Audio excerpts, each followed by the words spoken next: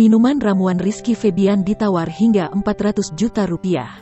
Bermula hanya iseng, kaget menjadi viral. Penyanyi Rizky Febian kaget karena keisengannya menjual minuman ramuannya mendatangkan uang ratusan juta. Awalnya pria yang akrab disapa Iki itu meramu minuman bersama dengan Sule dan Natalie Holzer. Rizky Febian lantas iseng menjual minumannya di Instagram. Minuman berwarna merah muda dan putih itu merupakan campuran susu murni. Juga ada rambut nenek yang menjadi topping. Seru banget kemarin sama ayah dan bunda bikin kalenge ngeramu minuman. Kalau kalian belum nonton, coba cek di YouTube Iki ya.